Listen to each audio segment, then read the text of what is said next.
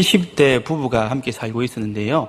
할머니가 오늘은 동창회 가야 되겠다 하고 나셨어요. 동창회 가가지고 식사를 하시고 기분이 좋아서 할머니가 자리에서 벌떡 일어나서 여고 동창들에게 이렇게 말했어요. 친구들아, 오늘 기분도 좋은데 우리 교가 한번 부르자 이랬어요. 근데 칠순인데 네 교가가 생각나나? 생각나지? 내가 부를 테니까 다 따라 불러라 그랬습니다. 할머니가 일어나서 팔을 번쩍 들고 동해물과 백두 애국가를 불렀거든요. 그러니까 함께 계시는 할머니를 어떻게 했을까요? 다 같이 따라 불렀어요. 마르고 닳도록 맞다 이게 우리 학교 교가다 하면서 신나게 애국가를 4절까지 불렀답니다. 그런데 이걸 마치고 집에 돌아와서 남편에게 자랑했습니다. 여보 내가 오늘 여고 동기에 나갔다가 내가 교가를 기억해서 불렀다 아이가. 거짓말하지 마라. 생각 안 나는 거 어째 거짓말하노. 내가 불러볼게. 잘 들어봐라. 동해물과 백두산이 불렀어요. 그러니까 할아버지가 뭐라고 말씀하셨을까요? 우리 학교 교가랑 똑같네 이렇게 말씀하셨다. 제가 이 이야기를 들은 이유는 무엇이냐면요, 어른이 되면 기억이 쇠하고 힘이 쇠하고 능력이 없어집니다. 그럴 때에도 우리가 처음 드는 생각은 아이고 늙으면 다 그렇지, 이제 엄마 아버지도 기력이 없는갑다, 이런 생각을 가지기가 쉽습니다. 그런데 오늘 말씀 가운데는 하나님께서 부모님을 사랑하는 자, 경외하는 자는 어떤 자인가를 말씀해 주시는데, 이 말씀을 통하여서 우리가 어떻게 부모님을 대해야 할지 함께 생각해 보기 원합니다. 하나님을 사랑하라라는 계명이 10계명, 1계명부터 4계명이고요. 그리고 이웃을 사랑하라가 5계명부터 10계명까지 있습니다. 그래서 5계명부터 10계명 6가지 계명 중에는 어떻게 우리가 하나님께서 우리에게 주신 사람, 우리의 이웃을 사랑할 것인가에 대한 것을 말씀하고 있지요. 그중에 가장 첫 번째, 우리 사람과 사람, 이웃과의 관계에 가장 먼저 기억해야 될 것이 무엇이냐? 바로 부모에 대한 사랑, 또 더 깊이 살펴보면 바로 관계 가운데 있는 질서에 대해서 하나님께서 말씀하고 계십니다. 하나님께서 세우신 공동체, 그 가운데는 하나님께서 세우신 질서가 있기를 원하신다는 것이지요. 그래서 사람을 어떻게 사랑할 것인가, 사람끼리 어떻게 연합하여 살 것인가, 그 중에 가장 먼저 기여해야 될 것, 사람에게 주신 첫 번째 계명이 바로 관계, 순종, 질서를 하나님께서는 말씀하고 계신 것입니다. 그러므로 5계명은 그냥 부모에게 국한된 것이 아니라 하나님께서 세우신 공동체 가운데 어떻게 질서를 꾸리고 나갈 것인지를 하나님께서는 말씀하고 계신 것이지요. 그러하기에 하나님께서는 보이는 사람들 가운데 세운 질서의 순종함을 통하여서 보이지 않지만 분명히 계신 하나님의 권위에까지 순종하고 복종하시기를 원하신다는 것입니다. 그래서 첫 번째 우리가 살펴볼 것은 바로 부모 가운데, 부모와 자식 간 관계 가운데 있는 질서입니다. 하나님께서 부여하신 권위는 하나님께서 순종을 원하시는데요, 우리가 가장 처음 만나게 되는 권위가 어디일까요? 하나님께서 부여하신 권위, 바로 부모와 자식과의 권위가 가장 먼저 맞닥뜨리는 관계입니다. 이 땅에 태어난 사람 중에 아무도 부모를 선택하여 난 사람이 없어요. 우리 부모님은 공부도 잘하시고 키도 크시고 돈도 많으시고 말도 뛰어나신 그런 부모를 골라 태어나야 되겠다라는 그런 자녀는 아무도 없습니다. 하나님께서 우리를, 부모님을 정하셔서 그 권위에 순종하도록 우리를 보내주셨어요. 그러기에 우리는 부모가 미우나 고우나 못나나 잘나나 부족하나 병드나 내게 주신 부모임을 기억하고 그 권위에 순종함으로써 하나님께서 창조하신 첫 번째 공동체인 가정 가운데 하나님의 질서가 세워지기를 원하셨다는 것이지요. 하나님 나라는 사랑과 질서로 이루어지고 있습니다. 하나님께서는 전체를 사랑으로 보기를 원하셨고, 첫째는 하나님이 사랑이라는 것을 우리에게 말씀하셨습니다. 그리고 이웃과의 관계 가운데서 사랑의 공동체가 되기를 원하셨어요. 그런데 사랑만 가지고는 되지 않기 때문에 하나님께서 이 땅 가운데 질서를 세우셨습니다. 그래서 대표적으로 하나님이 만드신 질서의 공동체의 첫째가 바로 가정의 공동체입니다. 하나님께서 아담과 하와를 세우셔서 처음으로 만드는 공동체는 국가도 아니고 교회도 아닌 가정의 공동체를 세우셨다는 것이지요. 그래서 그 가정을 통하여서 하나님께서 주신 공동체 가운데 질서를 가지고 하나님의 뜻 안에 살아가기를 원하셨다는 것입니다. 그래서 그 안에 포함된 내용은 부모가 자녀를 보살피고 자녀 역시 부모에게 순종하라라고 말씀하시는 겁니다. 그래서 부모의 의무는 자녀 역시 부모를 골라서 못 태어나듯이 부모 역시 자녀를 골라서 못 낳습니다. 하나님께서 선물로 주신 것이고 하나님께서 책임과 의무를 다하여 훈육하고 가르칠 것을 명령하셨습니다. 그래서 부모의 권위는 하나님의 권위로 첫 번째 깨닫고 순종해야 합니다. 그래서 부모는 자녀에게 그냥 밥 먹고 건강하고 잘 살 것만을 가르칠 것이 아닙니다. 그냥 부모가 평안하고 걱정 없고 잘 먹고 잘 살고 공부만 잘 시킨다고 해서 그 부모의 의무를 다하고 있는 것은 아니라는 것이지요. 부모는 하나님께서 주신 것을 계승해 나가야 합니다. 무엇을 계승해 나가야 하냐? 우리가 잘 알고 있듯이 신명기 6장 6절에 하나님께서 쇠마의 말씀을 우리에게 주셨어요. 오늘 내가 내게 명령한 이 말씀을 너는 마음에 새기고 내 자녀에게 부지런히 가르치며 집에 앉았을 때에든지 길을 갈 때에든지 누워있을 때에든지 일어날 때에든지 이 말씀을 강론할 것이며 너는 또 그것을 내 손목에 매어 기호로 삼고 내 미간에 붙여 표로 삼고 또 내 집 문설주와 바깥문에 기록할지라 이렇게 말씀하셨습니다. 부모에게 맡겨주신 첫 번째 명령은 무엇이냐? 하나님에 대한 믿음에 대하여서 분명하게 가르칠 것을 부모의 의무로 주셨다는 것입니다. 그런데 부모들은 이 의무를 게을리합니다. 그냥 자녀가 그냥 기쁘기만 하면, 지 하고 싶은 것만 잘하면, 세상 가운데 뛰어나고 돈 잘 벌고 세상 사람들이 칭찬받는 것, 그것만으로 우리는 자녀를 잘 양육한다고 생각합니다. 그 착각에 빠지는 것이 무엇일까요? 그래, 공부는 학교가 시켜주는 거야. 우리 자녀를 도덕적이고 세상 가운데 높은 지위에 올라갈 수 있도록 공부를 가르치고 학습을 가르치고 세상 사람들을 다스릴 수 있는 방법을 가르치는 것, 그것은 학교가 할 일이지. 그러니 나는 학교에 자녀를 잘 보내고 좋은 학원에 보내고 그리고 명문대학에 보낸다면 내 의무는 다한 것이다 라는 착각에 빠지고 있습니다. 그리고 또 한 가지, 그래, 교회 교육, 믿음 교육은 우리 목사님들이 잘 알아서 하실 거야. 우리 주일학교 선생님들이 잘 알아서 하실 거야. 그래서 교회만 어쨌든가 보내기만 하면 끝나는 것으로 착각에 빠지고 있습니다. 근데 하나님께서는 이 부모의 의무, 그것을 가장 먼저 부모의 책임으로 두셨다는 것이지요. 그래서 하나님께서 우리에게 명령하신 그 명령, 믿음을 계승해 나가는 것을 부모에게 명령하셔서 내 자녀에게 부지런히 가르치라고 분명히 말씀하였습니다. 앉아 있을 때에든지 누워 잘 때에든지 길을 갈 때에든지 일어날 때에든지 이 말씀은 언제든지입니다. 부모와 함께 있는 언제든지 하나님에 대하여, 하나님의 말씀에 대하여, 계명에 대하여 너희가 가르칠 것을 하나님께서는 명령하고 있는 것입니다. 그래서 우리의 이 자녀들이 세상의 학교의 교육, 그리고 분명히 교회에서도 자녀를 신앙으로 잘 지도하기는 합니다. 그러나 그 첫 번째 의무를 부모에게 지어주셨다는 것입니다. 그래서 오늘 교회 가서 잘 배웠지? 그러면 됐다. 오늘 선생님이 학교에서 뭘 가르치더노? 잘 배웠지? 그래, 그러면 됐다. 기말고사 잘 친나? 그러면 됐다. 그것으로 끝날 것이 아니라 우리의 부모를 따라다니며 언제나 함께 있고 시간을 가장 오래 보낼 수 있는 것이 바로 부모가 아니겠습니까?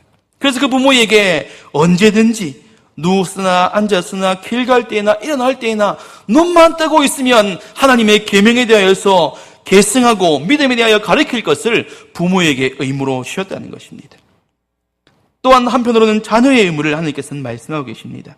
오늘 자녀의 의무로서는 내 부모를 공경하라 이렇게 말씀하셨어요. 이 공경이라는 뜻을 보니까 카바드라고 되어 있습니다. 이 뜻이 바로 번역하면 무겁다, 짐 이런 말이에요. 부모가 늙으면 짐이다 이 뜻이 아니고요. 부모의 말씀을, 부모가 너희를 가르치는 것을 우습게 보지 말라는 것입니다. 마치 무거운 짐을 지고 있는 것처럼 부모의 명령과 가르침을 무겁게 받아들이고, 부모님께서 내게 하시는 말이 진실된 말씀이구나, 중요한 말씀이구나, 내가 이것을 꼭 붙들고 명령을 따라야 되겠다라는 결심을 그 자녀에게 하고 부모를 순종하고 따라할 것을 말하고 있는 것이지요. 그냥 단지 가볍게 사랑하는 것. 부모 자식 간에 웃고 떠들고 맛있는 것을 먹고 재밌는 시간을 보내는 것. 그것만을 즐겁게 볼 것이 아니라 무겁게 사랑하라는 것입니다.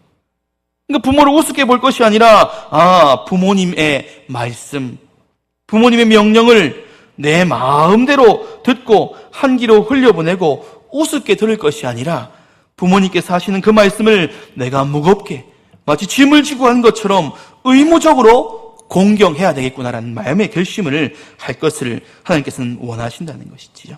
그래서 순종할 것을 하나님께서는 말씀하셨습니다.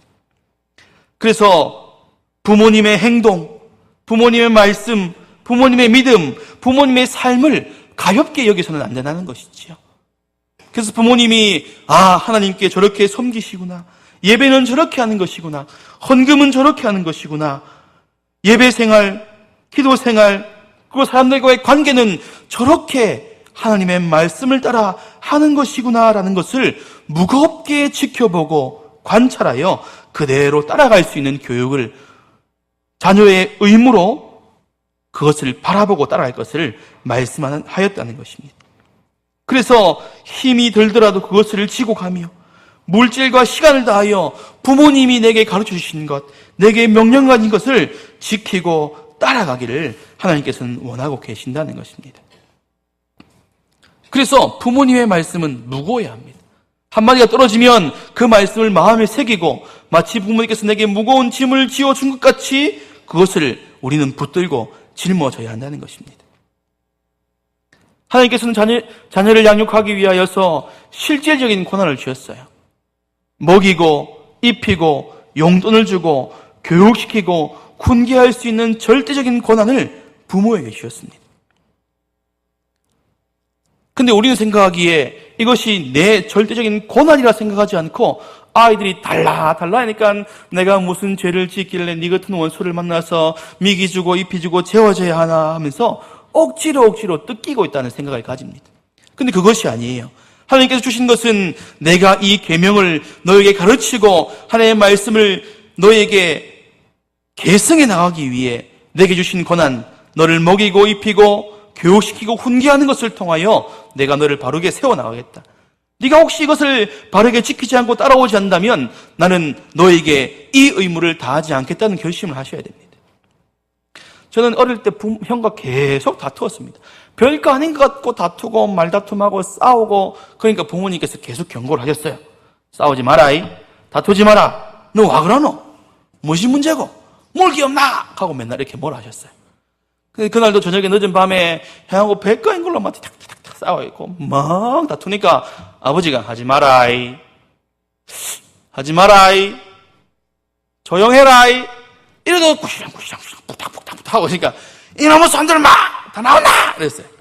그리고 하신다는 말씀이 너 아빠 엄마 말 안 들으려면 나가라, 빨가벗고 나가라, 너 같은 거 안 가르치란다, 미기고 입히고 공부시켜주는 거 다 부모의 말 순종해야지 가르치지, 부모님 말 안 듣고 그래 살락하면 우리 집에 못 산다, 나가라 그랬습니다. 그러니까 우리가 그래도 입이 쭉 나와가지고 형님 때문에 그랬는데 네가 먼저 그랬다 이라고 했으니까 아버지가 화가 나셨어요. 그래서 우리에게 무서운 벌을 내리셨습니다. 저는 초등학교 때 들어가기 전인 것 같아요. 아마 형은 초등학교 1학년인가 2학년인가 그래요. 그게 가장 형에게 무서운 벌을 내리셨어요. 형은 겁이 많거든요. 눈이 크고 눈이 껌뻑껌뻑 겁이 많아요. 그래서 형에게 무슨 벌을 내리냐면 네 지금 저 밭에 가가지고 고구마 3개 캐와 그랬어요. 그 밤에 시커먼 밤에 불도 없는 고구마 밭에 가가지고 더듬어갖고 고구마 3개를 캐오란 말이에요. 본인에게는 얼마나 겁이 났겠습니까? 자전거를 끌고 가면서부터 우는 거예요. 그래갖고 자전거를 타고 가가지고 울면서 고구마 밭을 더듬어가지고 고구마 3개를 캐가지고 호주머니 쑤시 넣어가지고 자전거 타고 왔어요. 형에게 한다. 니 다시는 부모님 말 들을 기가 안 들을 기가? 잘 들을게요. 그랬어요. 저는 그 기간 동안 뭐라고 했냐, 빤스만 입고 이제 바깥 형님이 올 때가 손 들고 있으라 그랬어요. 손 들고 있었습니다. 근데 저희가 그것을 경험했어요. 부모님의 말씀에 순종하지 않고 부모님의 말을 거역하면 부모님께서 내게 당연히 주시겠다고 한 먹이고 입히고 용돈을 주고 학교 보내주고 내게 사랑을 베풀어 주신 것이 끊어질 수도 있겠구나. 그 두려움이 확 생겼어요. 그때부터 이제 아버지의 말씀, 어머니의 말씀을 이제 무서움으로, 무겁게 순종하기 시작한다는 것입니다. 하나님께서는 부모님께 이런 고난을 주셨어요. 아이고, 내가 낳았으니 미기야지 입히야지가 아닙니다.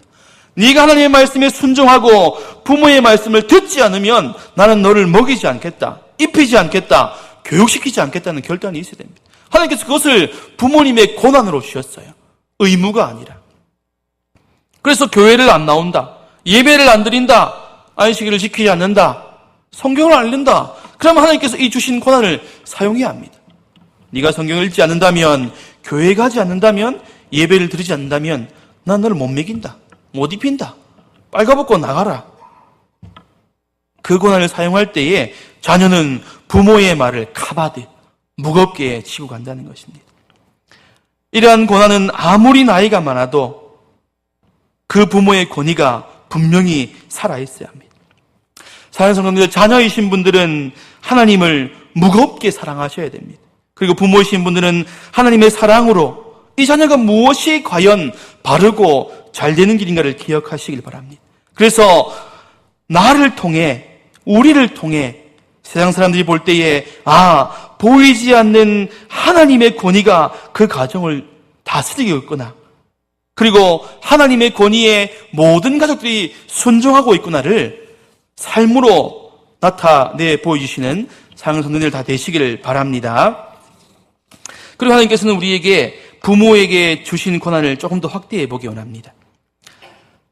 오늘 본문에 나와 있는 내 부모를 공경하라, 부모 이렇게 나와 있는데요, 부란 말씀은 아부라는 뜻입니다. 그 조상을 밑에 생각들을, 해석들을 살펴보면 아버지, 조상, 양육자, 왕이라는 그 세부 설명이 되어 있고요, 엄마라는 단어를 보면 M이라고 나와 있어요.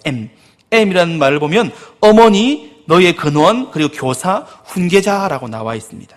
그래서 우리가 이 출애굽기 20장 12절 10계명 5계명을 살필 때에 단지 부모에게만, 그 고난에만 순종하고 따라할 것을 말하는 것은 아니라는 것을 알 수 있죠.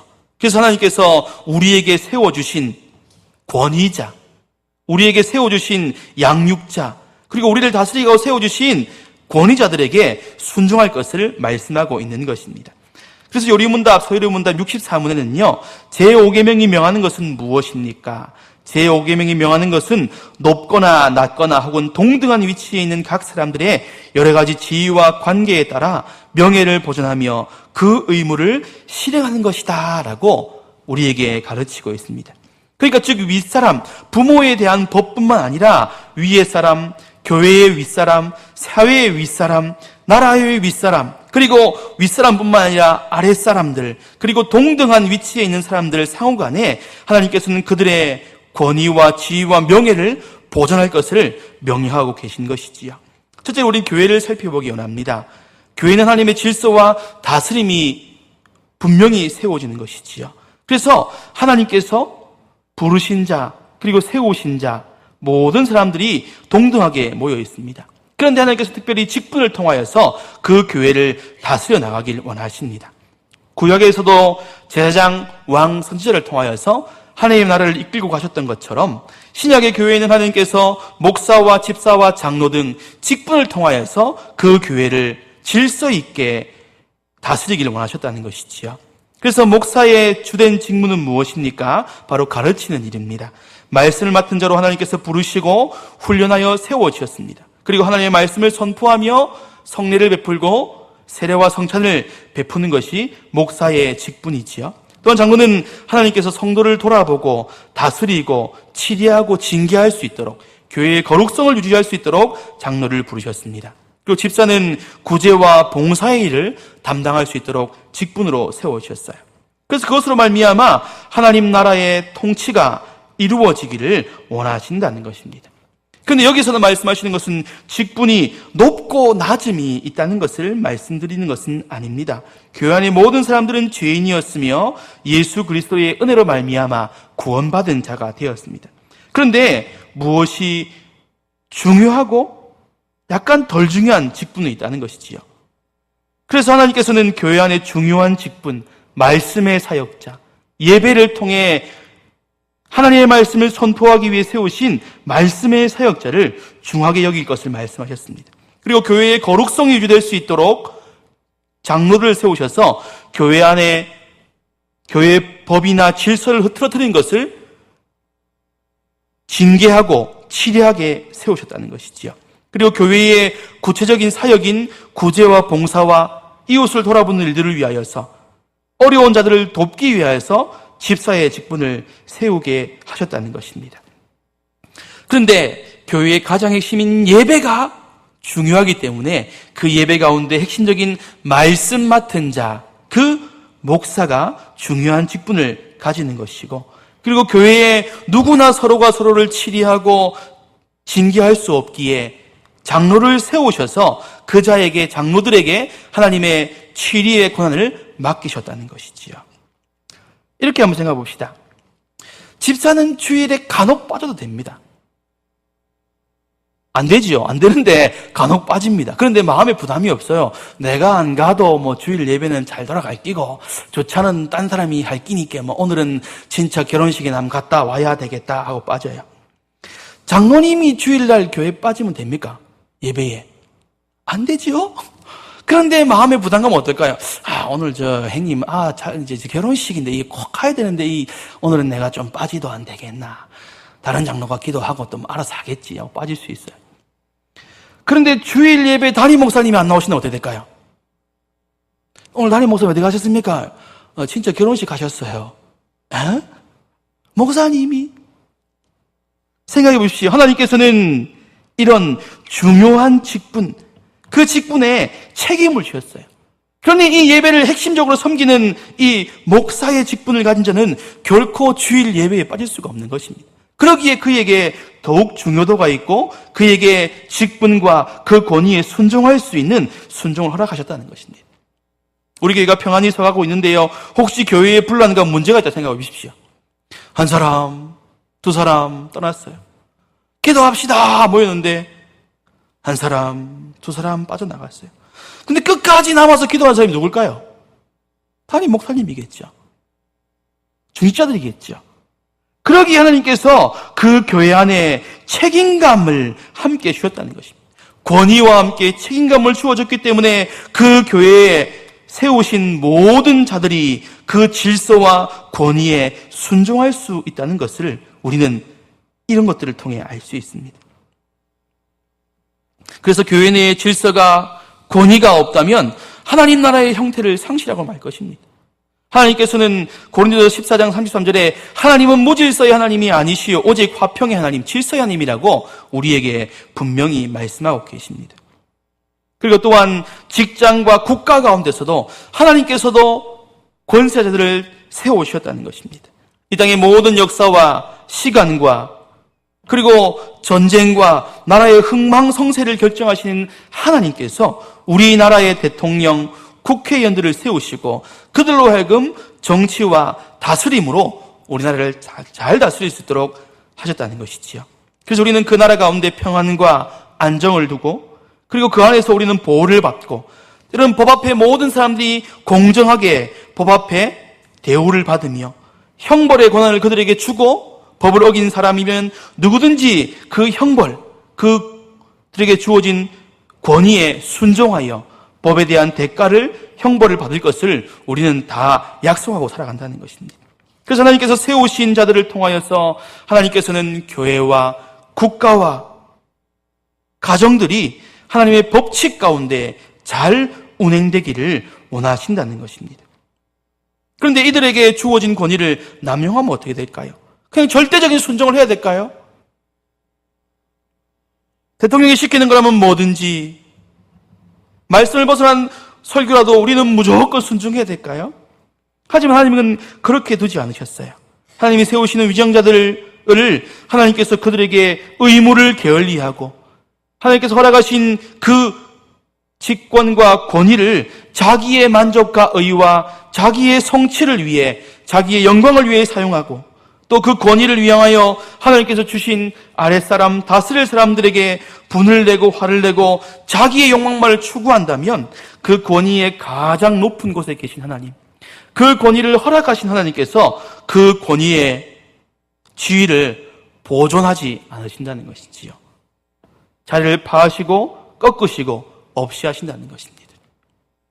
우리가 사울의 사건을 보도 잘 알고 있지 않습니까?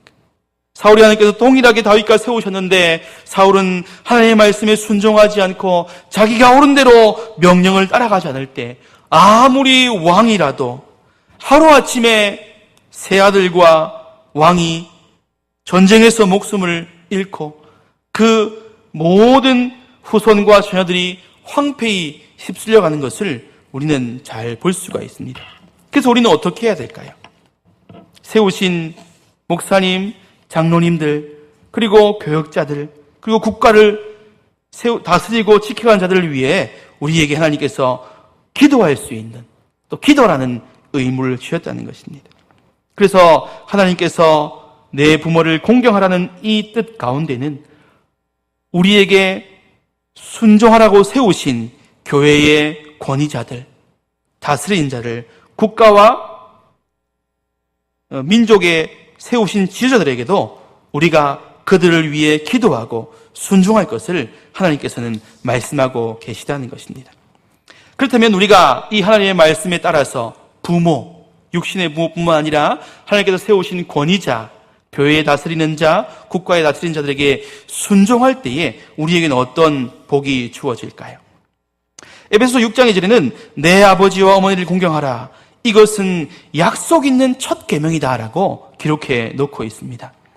하나님께서 분명히 이 앞 계명에도 어떤 약속을 주셨어요. 근데 그것은 하나님의 이름을 업신여기는 자를 죄 없이 하지 아니하리라는 약속이었어요. 그러니까 형벌에 대한 약속이지요. 하나님께서는 축복에 대한 약속, 부모를 공경하고 세운 위정자들에게 순종하고 그리고 권세에 복종할 때에 하나님께서는 약속 있는 첫 계명, 바로 복을 주시겠다고 말하고 있습니다. 그 복이 무엇일까요?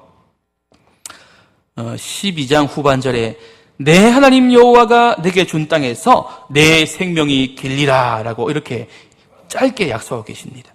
첫째는 이 복을 주시는 분이 누구냐? 너의 하나님 여호와, 천지를 지으신 하나님께서 이 복의 약속의 당사자가 된다는 것입니다. 주신 땅에서, 구약에서는 이 기업이라는 단어, 주신 땅이라는 단어가 토지적인 부분도 있지만 자녀에 대한 부분도 말씀하고 있어요. 그래서 내 기업, 내게 주신 자녀를 통해서 번성하게 하시고 그들을 잘되게 하시겠다는 약속이 들어있는 것이지요. 또한 내 생명이 길리라 라고 말씀하셨는데 원문에는 날이라고 나와 있어요. 내 날이 길리라. 누구나에게 24시간은 똑같지 않습니까? 누구나에게 한 번 나서 죽는 건 분명한 일입니다. 그러나 하나님께서는 한 번 나서 죽는 그 기한을 길게 하셨다는 것. 이 땅에서 장수할 수 있게 약속하고 계시는 것입니다. 그런데 그 날들이 길어지리라 라고 말씀하고 계시는 것이지요.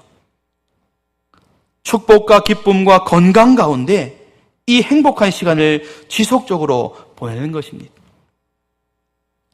우리가 아이고 빨리 죽어서 천당 갔으면 좋겠다라고 얘기하지만 물론 천국이 좋은 것은 분명합니다. 그러나 우리가 경험해 보지 못한 기쁨보다는 어떻게 보면 우리가 지금껏 경험해 본 기쁨, 먹고 마시고 건강하고 자녀들과 함께 하나님을 예배하고 기쁨의 시간을 보내는 것, 그것도 하나님께서 이 땅 가운데 우리에게 주신 기쁨이라는 것입니다.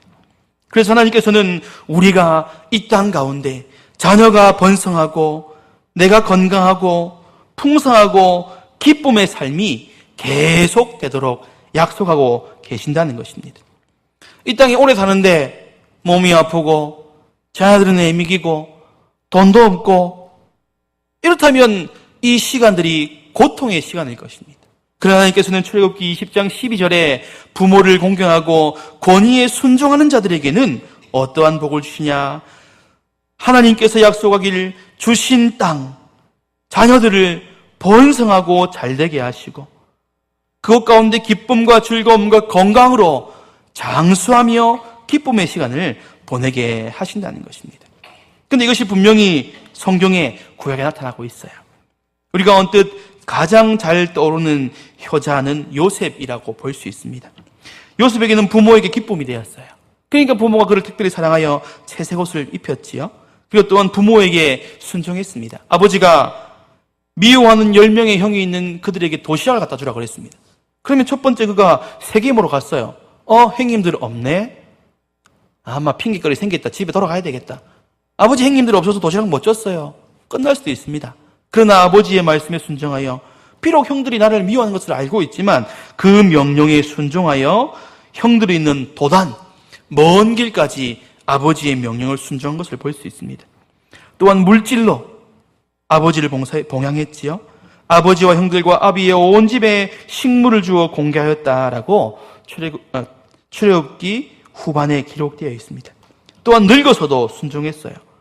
부모님께서 늙어서 돌아가셨을 때에 형제들을 용서하고 아버지의 장례를 치를 때 아버지의 명령이 뭐냐? 나를 이 땅에 묻지 말고 가나안 땅에 나를 묻어라. 그래서 큰 장사진을 지고 70일 동안 돌아가신 부모에게 효도하고 순종하였다는 것을 알 수 있지요.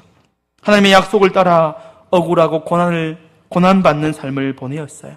부모가 원망스럽고 형제가 원망스러울지도 모르겠지만 하나님께서 세우신 질서, 형제를 순종하고 높이고 부모의 말씀을 잘 따라갈 때에 하나님께서 그에게 복을 주어 그와 그의 아버지의 집과 이스라엘 민족과 또한 애굽의 많은 사람들을 죽음 가운데서 건지는 역사를 이루었다는 것입니다.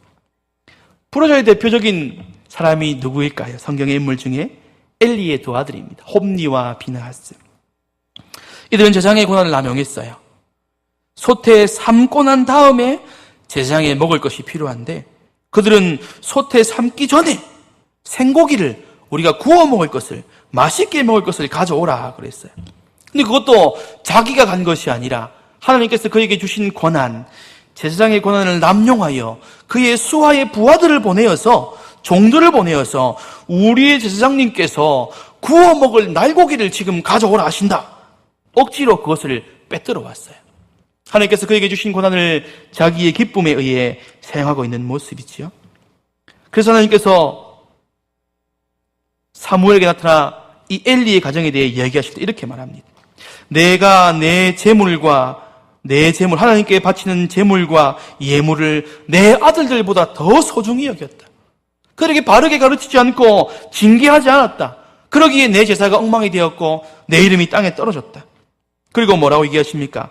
내 집에 영원토록 노인이 없을 것이다. 이렇게 저주하십니다. 하나님께서 오늘 말씀인 출애굽기 20장 12절에 내가 내게 준 땅에서 내 생명이 길리라. 장수하고 노인이 많고 자녀들이 번성하고 그것 가운데 하나님의 복을 받아 오래오래 즐겁게 행복하게 누리며 사는 그 복을 하나님께서 끊어버리신 거예요. 그러니 너희 가정 가운데 노인이 없게 할 것이다. 어른이 없게 할 것이다. 그거는 오늘 말씀, 내 부모를 공경하지 않고 자녀를 양육하지 않고 권위에 순종하는 자에게 주실 수 있는 가장 큰 벌을 하나님께서 내리신 것이지요.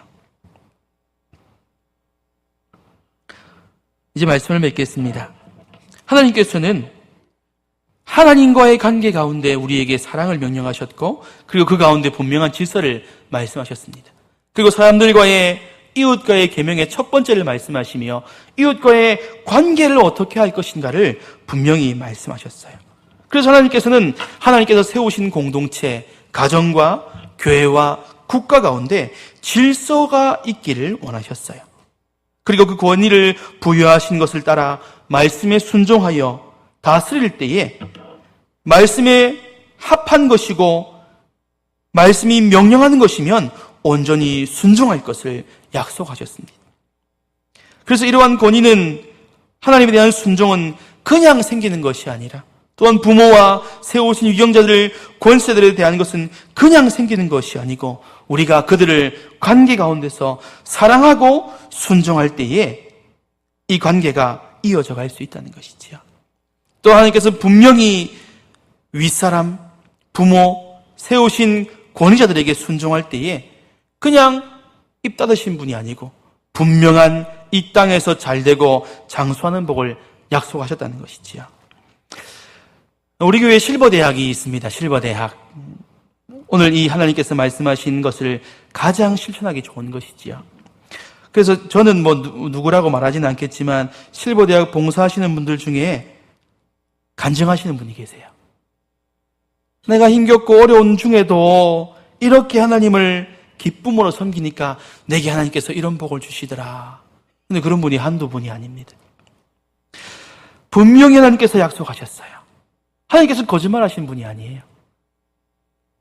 내 부모를 권위를 부여한 것을 사랑하며 무겁게 섬기며 따라갈 때에 내 하나님 여호와께서 우리에게 주신 땅과 기업인 자녀들이 번사하고 축복받고 잘되며 우리의 생명이 그 행복한 가운데 계속 길어지는 약속을 믿으시고 하나님의 말씀 따라 자녀를 양육하며 또 하나님의 말씀 따라 세워주신 교회의 권위, 국가의 권위에 순종하고 그들을 위해 기도하며 하나님께서 세우신 모든 가정과 교회와 국가의 공동체가 하나님의 다스림과 질서 안에 세워나가시기를 기도하는 사랑하는 성도님들 다 되시기를 바랍니다.